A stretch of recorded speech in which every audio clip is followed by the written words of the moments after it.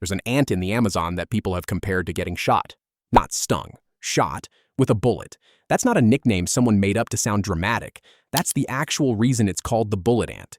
The people who felt it reached for the worst pain they could imagine, and the closest thing they could find was a gunshot. A scientist spent his whole career letting insects sting him on purpose so he could rank the pain.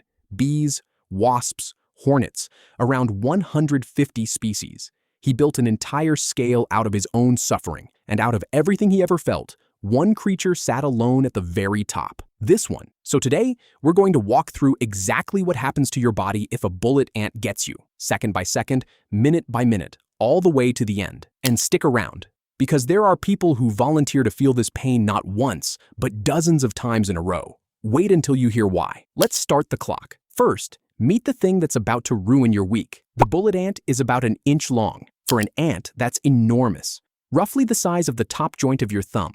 Dark, reddish-black. And it honestly looks more like a wingless wasp than an ant. And here's the first thing most people get wrong. It doesn't really bite you. It stings you like a wasp. It'll grab your skin with its jaws to hold on.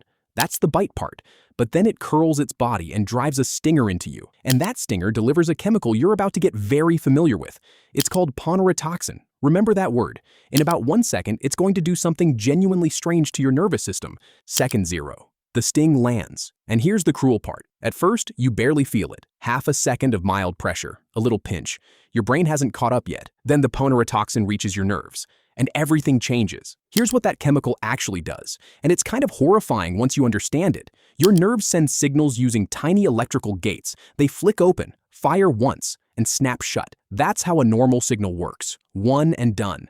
Ponerotoxin jams those gates open. Your pain nerves start firing again and again and again with nothing to shut them off. Your body isn't imagining the pain. It's a real signal. It just won't stop screaming down the wire. 30 seconds in, the pain has fully arrived, and it is not normal pain. The scientist who built that pain scale described this exact sting as, quote, pure, intense, brilliant pain, like walking over flaming charcoal with a 3-inch nail embedded in your heel. Another way people describe it, imagine jamming your finger into a live electrical socket, and it won't let go. 1 minute in, and the pain starts to move. It doesn't just sit at the sting, it rolls outward in waves, burning, throbbing, pulsing up your arm in rhythm with your own heartbeat. Every single beat, another wave, and your body panics. You start sweating, your heart pounds. And then comes the strangest symptom of all, the trembling, not shivering, an uncontrollable urge to shake the affected limb, so strong you can't stop it. Doctors have a clinical description for it, and it basically amounts to, you will shake, and you will not be able to choose otherwise. 5 minutes in, there is no antidote. Let me say that clearly, because people always ask. There is nothing you can inject to switch this off. No shot, no pill, no trick. Once the venom's in you, the only thing you can do is wait. And the waiting has barely even started. 10 to 30 minutes in, it gets worse before it gets better. The limb often swells. The muscles around the sting can start twitching and cramping on their own, because that same ponerotoxin is now hitting the nerves that control your movement, not just the ones that feel pain. People report their arm going partly numb and useless while also being in complete agony. Sit with that for a second.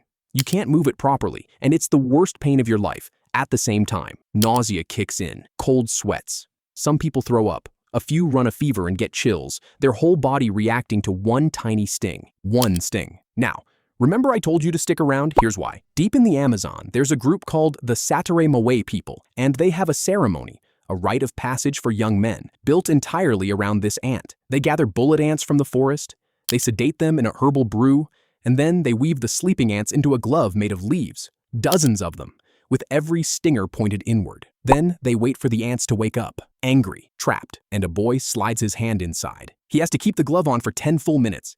10 minutes, while dozens of the most painful stings on earth hit him over and over all at once. During it, the others dance with him to help him bear it, and when the glove finally comes off, his hand and part of his arm go temporarily paralyzed from the venom, and he can shake uncontrollably, not for hours, but for days.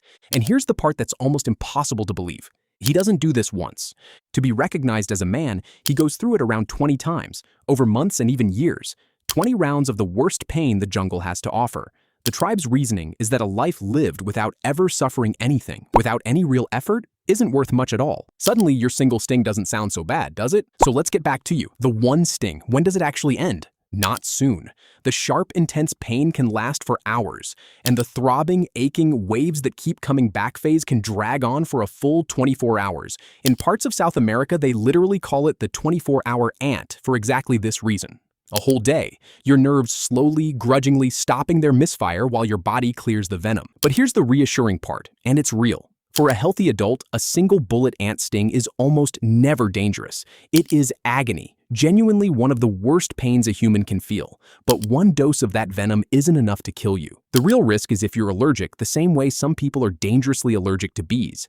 That reaction can be serious no matter how tough you are. But the pain itself, as unbelievable as it is, isn't trying to kill you. Which raises the obvious question. Why? Why does an ant need a weapon this brutal? Here's the twist that makes all of it make sense. The bullet ant isn't trying to kill you. That off-the-charts, career-topping pain isn't built to end a predator. It's built to teach one. Evolution figured out something clever. You don't have to be venomous enough to kill the thing attacking your nest. You just have to hurt it so unforgettably that it and every animal watching decides you are never, ever worth the trouble again. 1-inch-long insect, using pure pain as a force field. And it works. A full-grown mammal will remember that lesson for the rest of its life. So that's what happens if a bullet ant gets you. 30 seconds of confusion, 24 hours of the worst pain imaginable, and a whole new respect for a bug the size of your thumbnail. But here's my question for you. If that's the most painful sting on Earth, what do you think is the most painful bite? Because that one's a whole different kind of nightmare, and I'll show you exactly what it does to you, minute by minute, in the next one.